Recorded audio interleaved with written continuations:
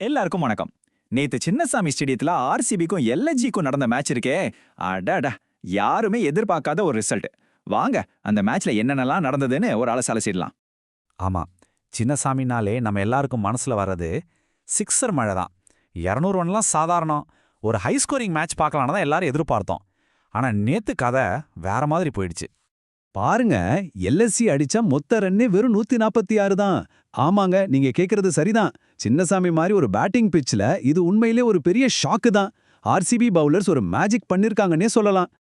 இந்த சின்ன டார்கெட்டை சேஸ் பண்ணி ஆர்சிபி 5 விக்கெட் வித்தியாசத்துல ஜெயிச்சு இப்போ பாயிண்ட்ஸ் டேபிள்ல இடத்துக்கு வந்திருக்காங்க. இது எப்படிங்க நடந்தது? வாங்க மேட்சுக்குள்ள இன்னும் கொஞ்சம் ஆழமா போவோம். முதல்ல பந்து வீச்சாளர்கள் எப்படி ஆதிக்கம் செலுத்தினாங்கன்னு பார்க்கலாம். டாஸ் ஜெயிச்சு பவுலிங் எடுத்த ஆர்சிபி எல்எஸ்ஜியை எப்படி ஒரு வழி பண்ணாங்கன்னு பார்ப்போம். இதுல நாம முதல்ல பேசியாக வேண்டிய ஆள் ரசித்திக் சலாம். அடேங்கப்பா, என்ன ஒரு ஸ்பெல் அது! அவரோட வேகம், லைன் அண்ட் லென்த் எல்லாமே பெர்ஃபெக்ட். எல்எஸ்ஜியோட பேட்டிங் லைனப்பே காலி பண்ணிட்டாரு.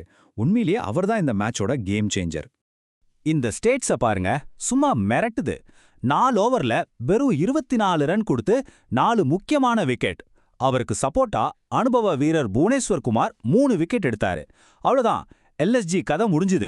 எல்எஸ்ஜி டீம்ல பாத்தீங்கன்னா மிச்சல் மார்ஷ் ஒரு 40 ரன்னும் ஆயுஷ் பதோனி ஒரு 38 ரன்னும் தான் கொஞ்சம் போராடினாங்க. ஒருவேளை இவங்க 2 பேரும் சீக்கிரம் அவுட் ஆகியிருந்தா எல்எஸ்ஜி ஸ்கோர் 100 கூட தாண்டி இருக்காது. சரி, இப்போ சேசிங் பக்கம் வருவோம். 147 ரன் ஒரு ஈஸியான டார்கெட் தான். ஆனா ஆர்சிபி எப்படி இதை சேஸ் பண்ணாங்க? ஆரம்பத்திலேயே ஃபில் சால்ட் விக்கெட் விழுந்ததும் கொஞ்சம் டென்ஷன் ஆச்சு. ஆனா அங்கதான் கிங் கோலி உள்ள வந்து ஒரு நங்கூர மாதிரி நின்னு மேட்சை கண்ட்ரோலுக்கு கொண்டு வந்தாரு. கடைசியா படிதாரும் ஜிதேஷ் சர்மாவும் வந்து பட்டாசு கொளுத்தி மேட்சை முடிச்சிட்டாங்க. இம்பாக்ட் பிளேயர் ரூல் மூலமா உள்ள வந்த விராட் கோலி 34 பால்ல 49 ரன் அடிச்சாரு. அதுதான் இந்த சேசிங்க்கு ஒரு சரியான ஃபவுண்டேஷனை போட்டு கொடுத்துச்சு. இதை ஒரு மேட்ச் வின்னிங் இன்னிங்ஸ்னே சொல்லலாம். ஆமா, அவரால் 50 அடிக்க முடியல, ஒரு ரன்ல மிஸ் பண்ணிட்டாரு. ஆனா அது முக்கியம் இல்ல. அந்த சமயத்துல அந்த பிரஷர்ல அவர் ஆடின அந்த ஆட்டம் தான் மேட்சை முழுசா ஆர்சிபி பக்கம் திருப்பிச்சு. கோலி அவுட் ஆனதுக்கு அப்புறம் ரஜித் படிதாரும் ஜிதேஷ் சர்மாவும் வந்த வேகத்துல அடிச்சாட ஆரம்பிச்சிட்டாங்க.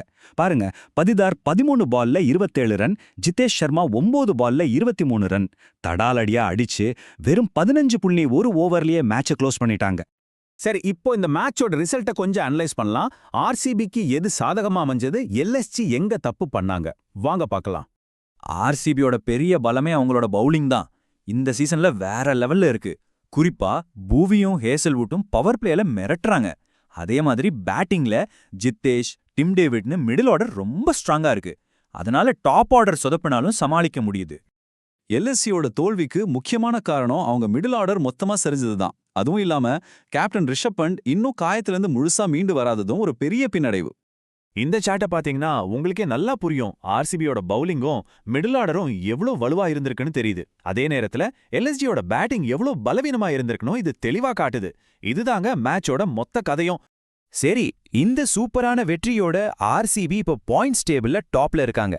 இனிமே அவங்களோட பயணம் எப்படி இருக்க போகுது?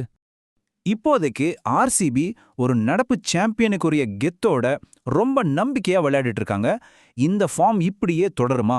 இந்த நம்பிக்கை அவங்கள கப் ஜெயிக்க வைக்குமா? பொறுத்திருந்து பார்க்கலாம்.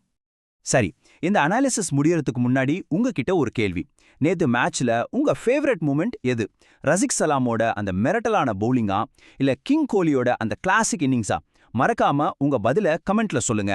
அடுத்து ஒரு சூப்பரான அலசல்ல சந்திப்போம்.